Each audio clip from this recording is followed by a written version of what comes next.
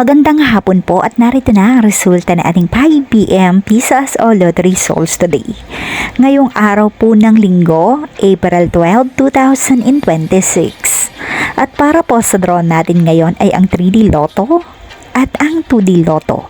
At para po sa Lotto More updates, pasubscribe na lang din po ako sa aking channel at pahit na din ng notification bell.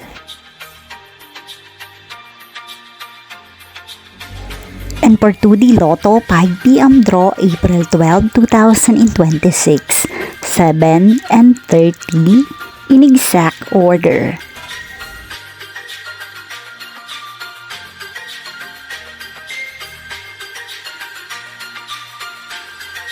And for 3D Lotto, 5pm draw, 0, 2, and 6 in exact order.